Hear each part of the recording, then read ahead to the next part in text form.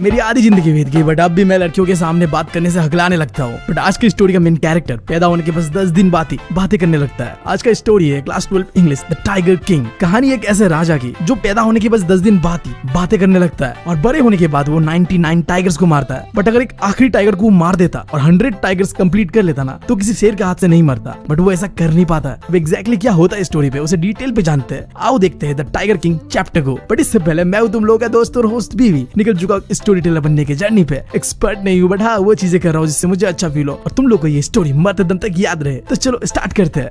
तो आज की स्टोरी का मेन कैरेक्टर है महाराजा ऑफ प्रतापंतपुरम। अब इस बंदे को ये अलग अलग नामों से जाना जाता है बट हमारे लिए मैटर नहीं करता। सबसे जो इम्पोर्टेंट है कि इसे द टाइगर किंग के नाम से क्यों जाना जाता है ये जानना है। और पूरा चैप्टर ये इसी के बारे में है कि कैसे महाराजा ऑफ प्रतापंतपुरम बना टाइगर किंग। बट इससे पहले मैं एक चीज और बता दूं, इस स्टोरी को लिखा था कल्कि ने। कल्कि कोई ऑथर का रियल नेम नहीं है। अब शायद स्टोरी का ऑथर काफी इंट्रोवर्ट है मेरी तरह, तो उसने अपना असली नाम इस्तेमाल नहीं किया। यहाँ पे असली नाम कुछ और होगा पता नहीं, बट स्टोरी में तो कल्कि है। अब मैं तुम्हें ये चीज इसलिए बता रहा हूँ क्योंकि ये स्टोरी राइटर के पॉइंट ऑफ व्यू से लिखा गया है। ऐसे ऐसे वो बात कर रहा है हमसे। जैसे देखो कहानी का शुरुआत कुछ ऐसे होता है जहाँ हमें ऑथर कल्कि जी कहता है कि आज मैं तुम लोग को टाइगर किंग के बारे में बता के रहूंगा और ये चीज करने से मुझे कोई नहीं रोक सकता। मैं तुम्हारे सिलेबस पे इस चैप्टर को डाल के ही रहूंगा, चाहे मेरे ऊपर कोई सुख्ता बॉम्बर से अटैक क्यों ना कर दे। मैं नहीं डरता यार, मैं ये स्टोरी तुम्हें बता के जाऊंगा। बड़ा डीड बंदा है। इस बंदे को समझ नहीं आ रहा कि हम पे सिलेबस का कितना बोझ है, बट खैर मैं हूं ना, आसानी से कंप्लीट कर लेंगे चैप्टर को। अब ऑथर कहता है कि जब भी कोई टाइगर किंग के बारे में पढ़ता है ना तो उससे मिलना जरूर चाहता है क्योंकि टाइगर किंग बहुत ही बहादुर था, बहुत ही पावरफुल था। बट हम लोग टाइगर किंग सब नहीं मिल सकते क्योंकि टाइगर किंग बहुत समय पहले ही स्वर्ग सुधार चुका है। मुझे बताओ यार ये लाइन का कोई सेंस बनता है? क्या हम बहुदू दिख रहे ऑथर को? हमें पता है यार तुमने यार 10-20 साल पहले ये स्टोरी लिखा होगा और हम 10 साल 20 साल बाद ये पढ़ रहे हैं। हम क्यों उम्मीद करेंगे किसी टाइगर किंग से मिलने का? हमें तो बस एग्जाम में अच्छे मार्क्स आ जाए इससे मतलब है, टाइगर किंग से मतलब नहीं है। खैर स्टोरी पे रहते हैं। जब टाइगर किंग पैदा होता है ना तो उसके एस्ट्रोलॉजर यानी पंडित जी तुम जो भी कह लो, उन्होंने टाइगर किंग के बारे में भविष्यवाणी करा था कि ये बच्चा बड़ा होकर बहुत बड़ा वॉरियर बनेगा। बट इसके बाद आगे पंडित जी कुछ कहने से हिचकिचाता है, बट सबकी रिक्वेस्ट करने के बाद पंडित जी कहता है कि राजकुमार बहुत ही बड़ा एक योद्धा बनेगा, बट ये एक दिन मर जाएगा। बेसिकली पंडित जी कहता है कि राजकुमार अपने मौत से भाग नहीं पाएगा। और तभी वो 10 दिन पहले पैदा हुआ बच्चा बोलने लगता है। वो बच्चा कहता है कि ओ महान एस्ट्रोलॉजर, इस दुनिया में जिसने भी पैदा लिया उसे एक ना एक दिन मरना ही है। ये तुमने कौन सा बड़ा प्रेडिक्शन कर दिया है? कुछ काम की बातें बताओ, लाइक मैं कैसे मरूंगा। अब बस 10 दिन का एक बच्चा जब ऐसे बातें करने लगता है ना तो यार हर कोई शॉक हो जाता है। लोगों को विश्वास नहीं हो रहा था कि एक छोटा सा बच्चा जो 10 दिन पहले बस पैदा हुआ है वो बोल रहा है। ये कैसे पॉसिबल है? आई डोंट नो ये कैसे पॉसिबल है।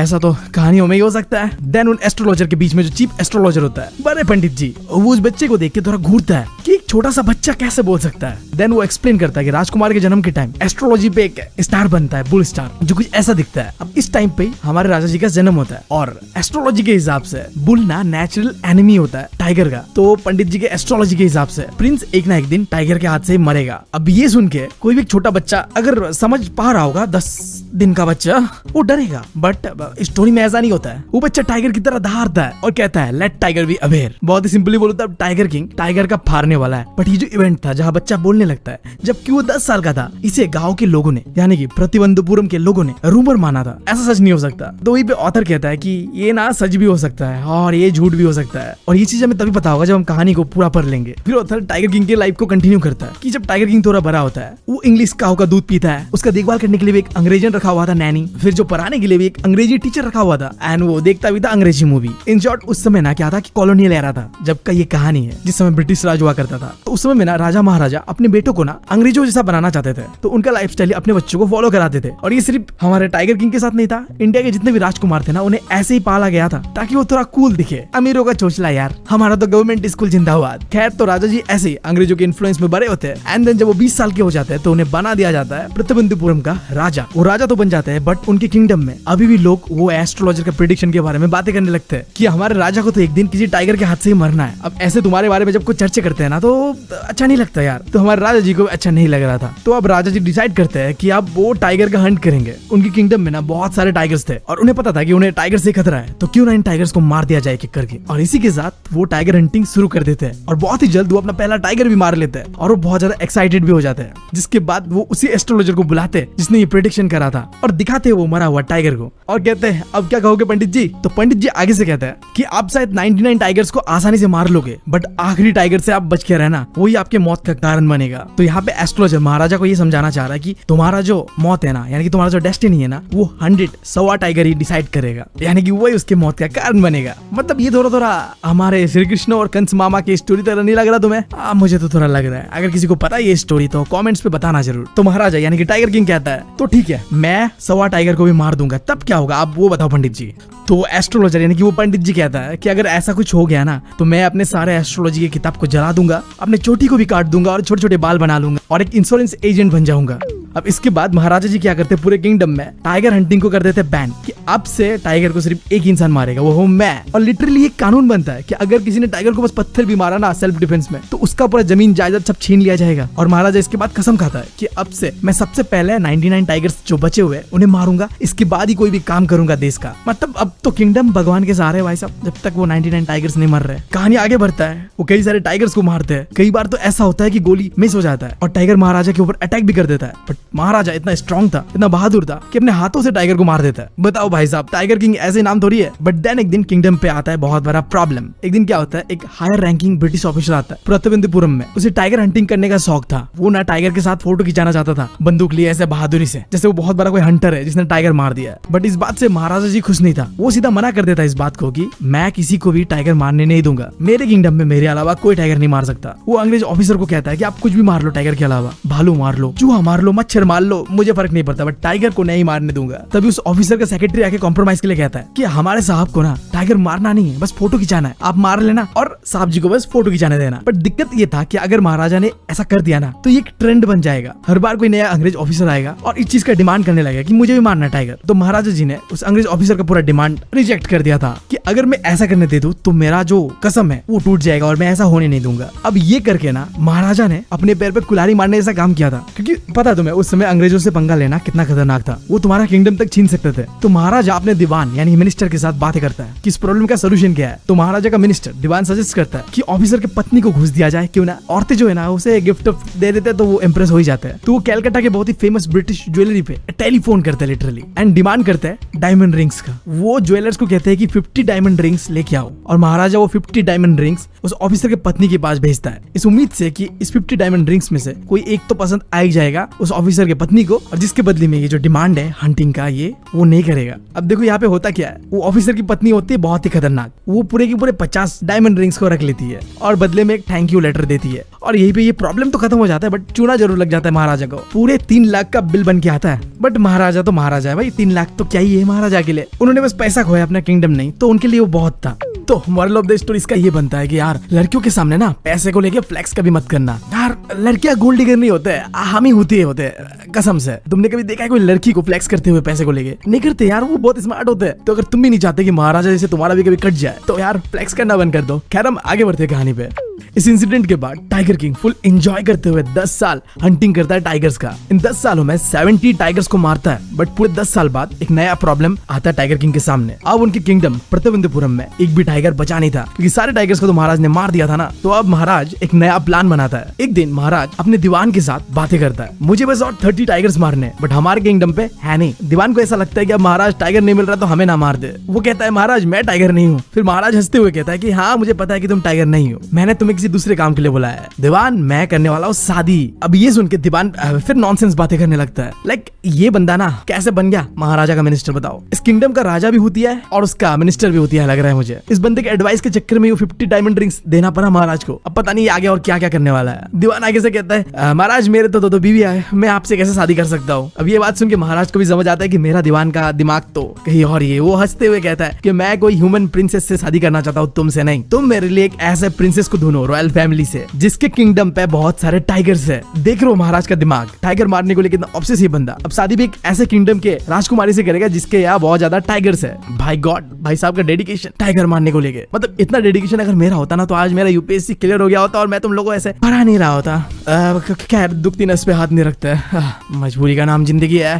खैर स्टोरी पे आगे बढ़ते हैं। दीवान ने जैसा जैसा महाराज ने कहा था उसी हिसाब से एक ऐसा किंगडम ढूंढा जहाँ पे बहुत ज्यादा टाइगर्स है और उसके राजकुमारी से शादी करा दिया गया महाराज का। और शादी के बाद जब भी महाराज अपने ससुर के घर जाते थे तो 5-6 टाइगर तो मार के आते थे। मतलब देख रहे हो, किस्मत हो तो हमारे टाइगर किंग जैसा ऐसे ही चलता है। और टाइगर किंग कंप्लीट कर लेता है अपने 99 टाइगर्स। यस, इस बंदे ने 99 टाइगर्स मार दिया है और ये सारे के सारे 99 टाइगर्स की स्किन को महाराज ने अपने पैलेस के हॉल पे चिपका दिया एज ए विक्ट्री सिंबल कि देखो मैंने 99 टाइगर्स को मार दिया। बहुत कुछ उखाड़ लिया भाई साहब आपने, शाबाशी ले लो हमारे ओर से। अब क्या आपके लिए किस तोपों की सलामी दे दूं मैं? बताओ, खोल दो अपना पैंट। मतलब लिटरली ये चैप्टर डाल के क्या करना चाहता है सीबीएसई हमारे साथ। खैर स्टोरी पे रहता है, अब ढाला है तो पर नहीं होगा। महाराज ने 99 टाइगर्स मारा, अब बचा था बस एक टाइगर, जिसके बाद उनका कसम पूरा हो जाता 100 टाइगर्स मारने का। बट यहाँ पे आता है दिक्कत वो आखिरी टाइगर को लेके। अब महाराजा के ससुर के किंगडम में भी जितने भी टाइगर्स थे वो खत्म हो चुका था। इस बंदे ने सारे के सारे टाइगर्स मार दिया था। अब उस आखिरी टाइगर को मारने के लिए महाराज को बहुत ज्यादा पापड़ बेलना पड़ता है, बहुत इंतजार करता है, बट उसे वो आखिरी टाइगर का दर्शन होता ही नहीं है। इससे अब महाराज घबराने लगता है, वो डरने लगता है, उसका फट जाता है। उसे याद आता है कि वो एस्ट्रोलॉजर क्या कहता है उसे कि तुम्हें 100 टाइगर से ही बच के रहना है। और तभी एक न्यूज आता है गाँव से कि गाँव में कई सारे शिप्स गायब हो रहा है। इसका मतलब एक ही है कि शायद गाँव के आसपास कई टाइगर है। अब महाराज ये बात सुन के बहुत ज्यादा खुश हो जाता है। वो कहता है कि इस गाँव के 3 साल का टैक्स माफ। मतलब बड़े आदमियों का ऐसा ही है, जब खुश होते हैं तो सब दे देते हैं। अब देखना आगे जब गुस्सा आएगा तो सब ले भी लेंगे। अब महाराज को लगता है कि उस गाँव के फॉरेस्ट पे पक्का टाइगर मिलेगा, तो वो 3 साल का टैक्स माफ कर देते उस गाँव का और फॉरेस्ट के लिए निकलते हैं और ढूंढना चालू करते उस टाइगर का। बट वो टाइगर उन्हें मिलता नहीं है। कई दिन वो बिताते हैं जंगलों पे, बट टाइगर का कोई नामो निशान नहीं होता है, जिससे अब महाराज को बहुत ज्यादा गुस्सा आ जाता है, वो फ्रस्ट्रेटेड हो जाता है और वो उस गाँव के लोगों को कहता है कि अगर टाइगर नहीं मिला ना तो तुम लोग का जमीन का टैक्स डबल कर दूंगा मैं। देख रहे हो, मतलब ये बंदा पागल हो चुका है। और ऐसी पागलपंती देख के दीवान भी डर जाता है। दीवान को समझ आता है कि अगर महाराज को और एक टाइगर नहीं मिलता है ना तो ये बंदा कुछ गलत कर देगा। तो वो सीक्रेटली प्लान बनाता है। अपनी पत्नी के साथ वो सीक्रेटली मद्रास जू में जाता है और एक बड़ा सा बुढ़ा टाइगर मद्रास जू से उठा के अपने फॉरेस्ट पे छोड़ देता है, ताकि महाराज इसे मार के अपना मन का संतुष्टि कर ले और मतलब महाराज का कसम जो है वो भी बुरा हो जाए और पूरा किंगडम भी इस पागल सन की राजा से बच जाए। अब ये जो टाइगर को लाके छुपाया गया था ये सब रात को करा गया था दीवान के द्वारा। तो अगली सुबह को महाराज को अनाउंस करा गया कि जंगल में टाइगर मिल चुका है, जिस टाइगर को हम ढूंढ रहे थे। महाराज जाता है, उसे टाइगर दिखता है और वो टाइगर के ऊपर गोली चला देता है और गोली चलाने के बाद वो टाइगर गिर भी जाता है, जिससे महाराज खुश होके चिल्लाने लगता है कि ये मार दिया मैंने 100 टाइगर।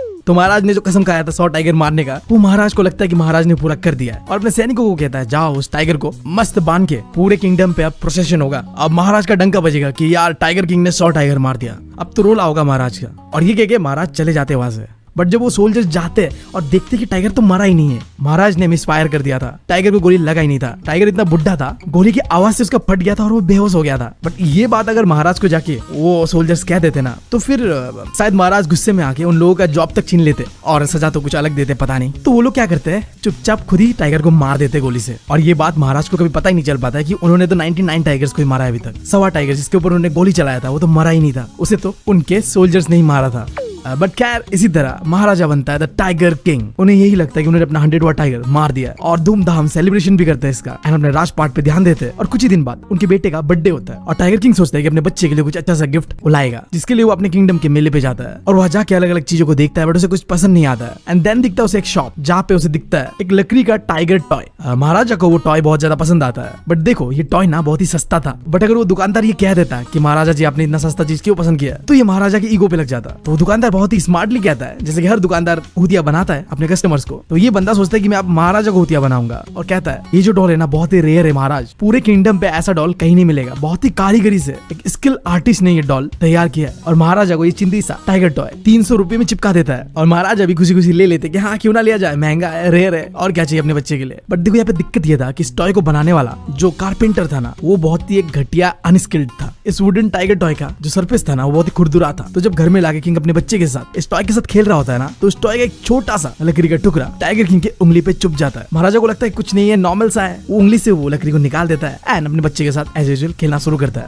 बट आगे जाके उस उंगली पे महाराजा को हो जाता है इन्फेक्शन और धीरे धीरे वो छोटा सा इन्फेक्शन महाराजा के पूरे हाथ पे फैल जाता है, जिसे ट्रीट करने के लिए मद्रास से 3 फेमस सर्जन को बुलाया जाता है और वो महाराज को ट्रीट करना स्टार्ट करते हैं, ऑपरेशन करते हैं। कुछ देर बाद वो तीनों सर्जन जनता के सामने निकल के आते हैं और अनाउंस करते हैं कि ऑपरेशन सक्सेसफुल रहा, बट महाराजा इज डेड। मेरे लाइफ का ये पहला ऑपरेशन के बारे में मैंने सुना है जहाँ ऑपरेशन सक्सेसफुल था बट महाराजा मर गया। तो कैसे ही ऑपरेशन सक्सेसफुल है तुम